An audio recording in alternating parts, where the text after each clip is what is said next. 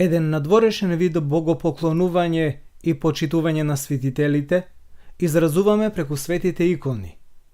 Бога треба да го славиме на сите чисти и возвишени начини, како што повикува псалмопеачот: Благословувај го душо моја Господа и целата внатрешност моја неговото свето име.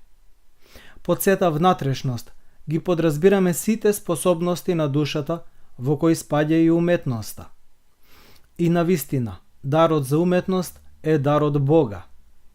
Некогаш, за време на Мојсей, како што е напишано во библиската книга Излез, Господ го назначил Веселеил и го исполнил со Дух Божи, со мудрост, разбирање, знаење и секоја вештина, да сочинува вешто од ткаенини, да изработува од злато, сребро и бакар и да резба камен и дрво и да прави секакви уметнички дела. Уметничките предмети што биле изработени за скинијата, а подоцна и за Соломоновиот храм, биле свети. Но при тоа, едни од нив служеле како свети украси, а други биле особено почитувани и представувале исклучителни места на Божјата слава. Таков бил ковчегот на заветот, во кој биле положени камените плочи со Божиите заповеди што му биле дадени на Мојсей. Такви биле изработените херувими на славата, кои биле поставени над ковчегот во скинијата, среде кој самиот Бог благоволил да се открива и да ги дава своите заповеди на Мојсей. И му рече Господ на Мојсей, велејки: Таму јас ќе ти се откривам и ќе говорам со тебе, меѓу двата херувима кои се над ковчегот на откровението, за се што ќе им заповедувам преку тебе на синовите на Израил. Но меѓу многобројните изобразби над зидовите и завесите на старозаветниот храм немало слики од упокоени праведници. Тоа е така, бидејќи праведниците се уште очекувале да бидат избавени. Тие биле спасени дури кога Господ Исус Христос слегол во адот, а потоа и воскреснал на третиот ден. Тие се прославени како свети со новиот завет на Господ Исус Христос.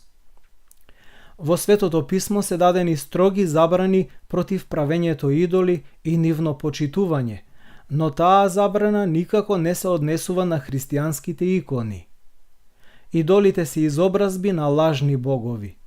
Поклонувањето пред нив било поклонување на непостоечки, измислени суштества и всушност било поклонување на бездушни предмети од дрво, злато или камен.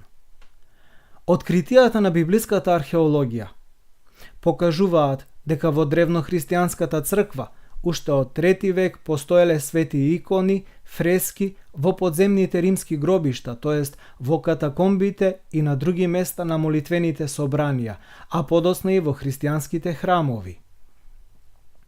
Седмиот Вселенски собор одржан во Никеја, во Мала Азија, во 787 година, го изразил догматот за почитување на светите икони со следните зборови. Со секоја грижа и обзирност определуваме светите и честни икони да се предложуваат за поклонение, а исто така и изобразбата на честниот и животворечки крст. Колку почесто преку иконите се созерцуваат ликовите на Господ Исус Христос, на Пресвета Богородица, ангелите и светите, толку почесто, гледајќи ги тие икони, луѓето се побудуваат да си спомнуваат за самите првообрази и да стекнуваат поголема љубов кон нив, да ги чествуваат со целивање и поклонување, но не со богопочитување кои припаѓа само на едната божествена природа, туку со почитување со темјан и палење свети, зашто честа што му се воздава на образот, тоест на ликот, преминува кон првообразот, тоест кон прволикот. За православната теологија, темел на иконата, односно на символичкото представување, е реалноста на воплотувањето на Синот Божји. Синот Божји стана син човечки. Словото стана тело, прогласува свети апостол Јован во првите редови од Светото Евангелие. Иконата е последица на воплотувањето, на вочовечувањето на Синот Божи, затоа што, според зборовите на свети апостол Павле, Исус Христос е икона на невидливиот Бог. Самиот Христос вели: кој ме видел мене, го видел Отецот. Според што разбираме дека Синот е икона на Бог Отецот. Бог Отецот, првата личност на Пресвета Троица, според правилата на православната иконографија, воопшто не треба да се слика на икона. Исто така, забрането е да се слика и Светиот Дух, освен на иконата на Свето Богојавление во вид на гулаб. Во Византија, како икона на Бог Света Троица, се почитувала иконата на Господ Исус Христос, зашто во името Христос, што значи помазаник, се подразбираат и помазувачот, кој што е Отецот, и оној со кого е помазан Христос, а тоа е Светиот Дух. Како што зборот ни доловува определена смисла и ни дава познание, така и иконата е едно од средствата за познание на Бога, еден од патиштата кон соединување со Него. Таа е производ на црковно-литургиската уметност, па затоа и нејзиното значење може целосно да биде разоткриено само во богослужбените акти на литургиската молитва. Иконопочитувањето не треба да се одвојува од нашето учество во светата литургија, на што предупредува Анастасий Синаицки уште во 7 век.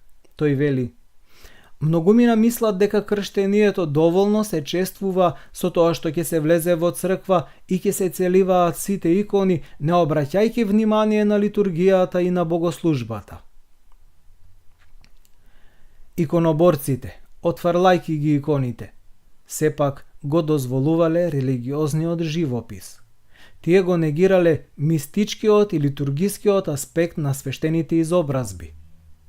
Аргументацијата на иконоборците се градела врз база на древноисточниот концепт за знаењето на името како истоветно на знаењето на суштината. Името се сваќало како елемент на суштината. Иконоборците ја замислувале иконата како идеална копија која во се, а главно според суштината, е истоветна на првообразот, како своевиден двојник.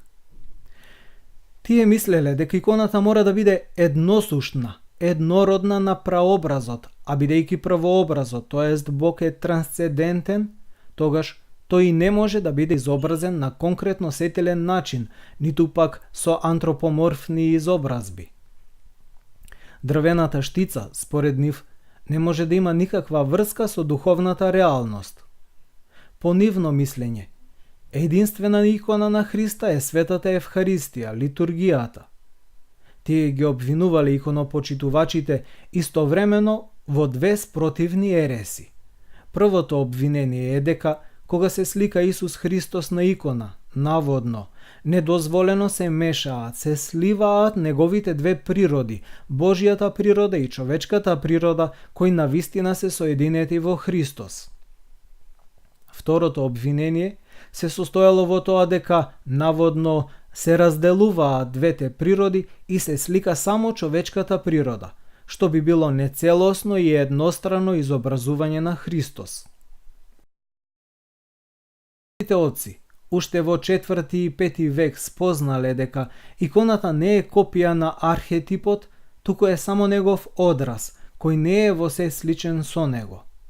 Таквото разбирање на иконата им дозволило на иконопочитувачите истовремено да ги надминат двете спротивни ереси за кои ги обвинувале и со своето учење да го заштитат најважниот догмат за неслиеното соединување на двете природи во Христос. Според Свети Јован Дамаскин, иконите се она што може да се види на невидливото и на она што нема облик, но е телесно изобразено заради слабоста на нашето разбирање. Заради таа слабост, ние и невидливото се стремиме да го мислиме по аналогија со видливото, зашто во создаденото гледаме икони кои нејасно ни покажуваат божествени откровенија. Првообразот, Бог, како недостижен и непредставлив, не се прикажува на иконите. Иконата не е истоветна со својот трансцендентен првообраз според суштината, туку со првообразот е рамна според личноста и според името. Значи, на иконата се изобразува не природа, не човечка или божествена природа, туку на иконата се изобразува личноста на Господ Исус Христос или личност на светители. Како што во самиот акт на вочовечување на Словото, со соединувањето на Божјата и на човековата природа настанало соединување на несоединливото, соединување на неописливото со описното, така и Христос, како изобразен на иконата, останува неопислив. Иконите не се почитуваат на материјална основа, макар што и самата материјална природа на иконата, бојата, дрвото и слично се осветуваат заради несомнената онтолошка врска со првообразот, поклонувањето што му се укажува на самиот архетип не смее да се пренесува на иконата како предмет. Затоа Седмиот Вселенски собор укажал на напомнувачкото значење на иконите. Иконите им напомнуваат, тоест ги подсетуваат молитвениците на своите првообрази и гледајќи ги иконите, верните го вознесуваат умот од образите кон првообразите, тоест од сликата кон прволикот. Иконата не се почитува идолопоклонички, како што мислеле иконоборците, туку иконопочитувањето е врз основа на сличноста на представениот лик со личноста чие име мора да биде напишано на иконата. Со самото напишано Господово име, Исус Христос, или со името на некој свет, иконата се осветува.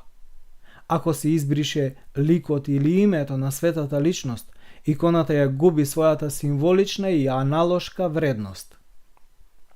Исте случајот и со крстот, кој добива осветување од самиот свој облик. Според тоа, секое почитување што се укажува кон иконата припаѓа на насликаната личност, на изворникот, а не на материјата од која таа е изработена. Така, со православното иконопочитување, светите икони ја остваруваат својата предназначеност да бидат посредник меѓу божествениот и земскиот свет и еден од облиците на пројавување на божествената вистина при личната молитва или при заедничката богослужба.